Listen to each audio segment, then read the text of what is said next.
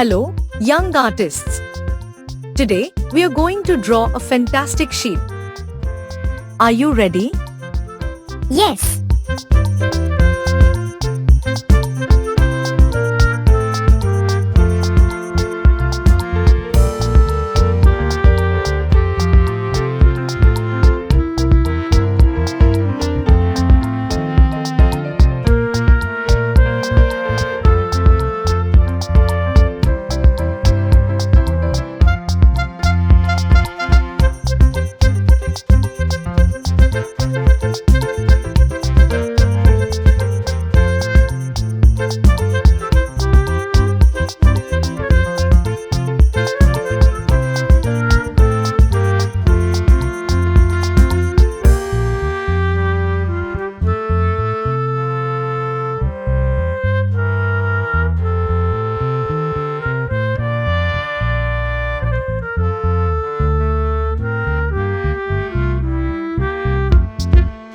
You can add more details, like for texture or shading if you'd like, but you've got the basic sheep drawing down.